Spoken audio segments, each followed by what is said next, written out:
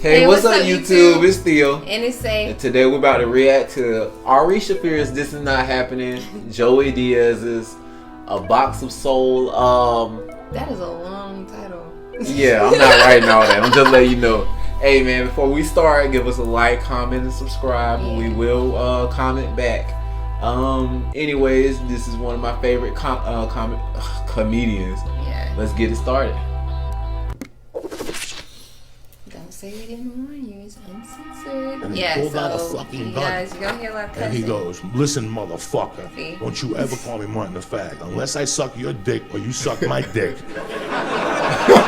You don't ever call me Martin the Fag or I'll put a bullet in you. Unless I suck your..." Okay. Ari Shaffir, man. Is he just sucking on his blood or something? Yeah. Oh, it's another fetus. Candy. I'll be like, motherfucker.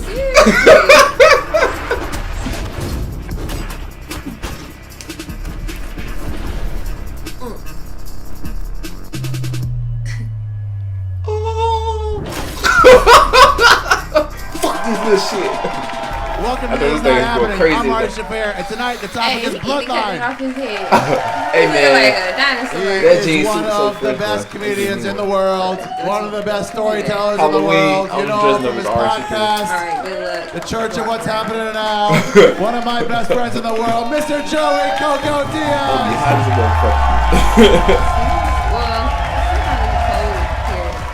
It's so funny, like you know, Santeria was big to me, and I tell you something. Like, you look at me, like I didn't cut chicken heads and shit. It was a beautiful religion. The lady who taught it to me, when we came from Cuba, my dad died. My mom took me up to 148. She was a dark Cuban, real pretty, an African Cuban woman, and she would throw cards and she would read me little things, and she always read me scriptures. She got me because she had a fucking collie. She had like a lassie dog. That's how she'd suck me in and shit. I'd go up there and play with the lassie, cut chicken heads and put spells on me and shit.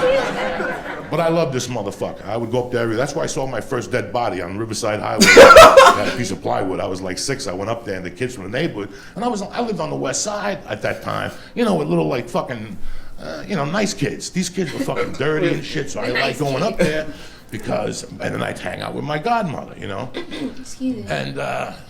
My godmother just taught me a lot of things. She always taught me to not hang out in corners because I was like a sponge and I'd pick up bad energies. And she told me to get a box when I was like 7. And she goes, "I want you to put everything that means something to you as you're growing up. You don't have to tell your mom, you don't have to tell nobody. Like your first lock of hair, she wants me to put my boots in there, my birth certificate, any trophies I had, my mom and dad's wedding picture." She just kept telling me, put little things in there. And every once in a while, when you get angry, I want you to go pray to that box. Just go over it and say Our Father and just look at the box and look at everything. Because that means you'll never get lost. No. And I would do that. I really believed in what she was saying. And I filled up this box, and once a week I'd go upstairs. Even as I got old, I'd smoke pot and blow smoke into the box. And Hey. You know, and, oh man. My mom had a bar growing up, Brian. I told you guys, my mom had a fucking hot bar with cool Cuban dudes, and one of the dudes that hang out in there, his name was Martin Maricon. That means Martin the Fag, right? You can't say the word fag, PC people, so we'll call him Martin the gay guy for this story. For real, you know when I was a kid, I met Martin when I was like 6. I didn't know what to think of him. When you're 6 and you're a young man, and then somebody says a man is gay, I didn't know. I couldn't fathom it in my mind.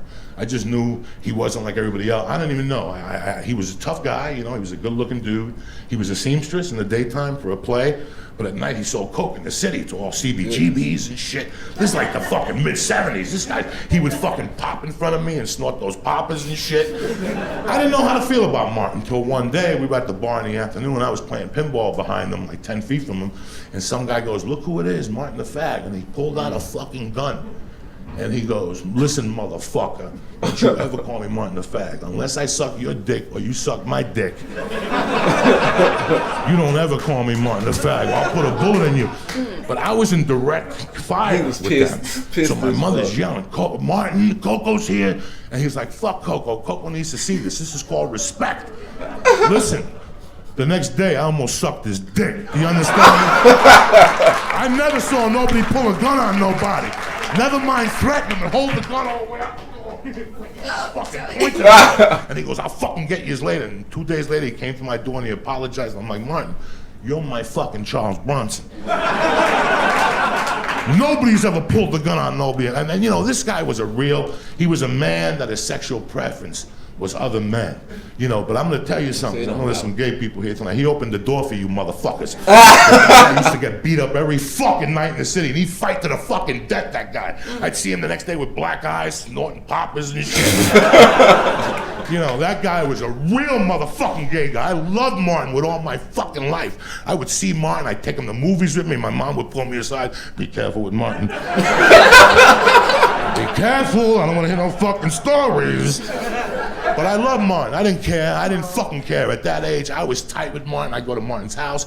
He'd tell me about the bands he saw. He saw the Clash, the Police. He used to tell me about all this fucking music, and I loved Martin. So my mom died, and I had that fucking box. But I moved in with this Italian family. I couldn't bring my Santeria box with these fucking savages, so...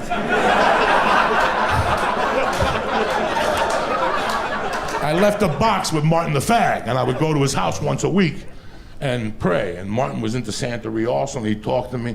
But one night I'm there, when I'm like in 1981, 82, and I'm looking at this box, and it's got some cocaine, and I take a few bumps out of it, and it's tremendous cocaine. It was off the hook. You know, all those years I didn't talk to Martin about coke, and even now that I was doing coke, I wouldn't tell Martin. I was too ashamed. But I went over there and I looked in the box and he had a big bag of blow. So like a month later, I robbed Martin. Oh, man. My stupidity, I robbed him. No. Like just like the jerk off that I was, it's 18 or 19. I robbed Martin, but I left my box in there. So this was 1982.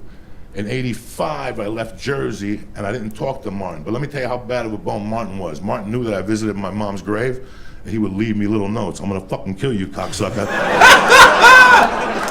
Until my father found one of the notes, and then he went off on Martin. He goes, what's going on between you and Martin? He won't tell me. Nobody would. Martin kept it to himself. It was between him and me. I always loved Martin. I just fucked up. Listen, I sold my soul for coke. I stole the fucking guy's coke, and I left my box there. So in 1985, I go to 148th Street to cop weed, and I go, let me go see if my godmother's home. Because I'm going to Colorado tomorrow. I go upstairs to see my godmother. And she's talking to me, she goes, you still go pray and see the box? I go, I haven't fucking seen the box, Martin and me. And she goes, what the fuck are you talking about? I told you not to leave the fucking box over there, to bring it over here. And she tells me, she goes, are you doing cocaine? I lied to her. I go, never. And she goes, you're not supposed to do cocaine. It's in your fucking numbers. And listen, don't do business with 3 people, because 2 of them will corner up on you and you'll get fucked up. Sure enough, I got arrested for fucking kidnapping with 3 fucking guys. Anyway, that's a complete different fucking situation. But I never saw her again. I went to Colorado and I didn't come back to New York till 91. I went looking for that fucking box and Martin had long gone. My godmother had long gone. I was lost, guys. I didn't know. And deep down inside, I knew I had sold my soul. So in 2013, I got a Twitter message to do a story about Santeria in England. And I do the story for this blog site in England. About a year later, do you know I wake up one morning, there's a tweet, and it says, hi, my name is Miriam, whatever my name is. We have your box. I'm married to your godmother's son. She passed away and left us your box. I flew to Miami a month later. I picked up my fucking box. Everything was in there. My hair curls, my baby shoes, my fucking trophies, my mom's pictures, my saints. And I got my soul back. I got my fucking soul back. Not too many people could ever get their fucking soul. So, that's my story. Thank you very much, guys. And this nigga took the coke and left this, so. He screwed over Martin. Good, man. Anyways. Hey, that was Joey Diaz's Box of Soul. So, anyways, give us a like, comment, subscribe. Let us know how you feel about this video. And recommend more stuff for us to watch. We should be doing another this is not happening. But I don't know if it'll probably be another Joey or somebody else had Sal commented. Volcanoes. Right, so we still gotta do that. I might have said that wrong. But yeah, like Theo said it before, give us a like, comment, subscribe, and we will talk to you guys later. Peace.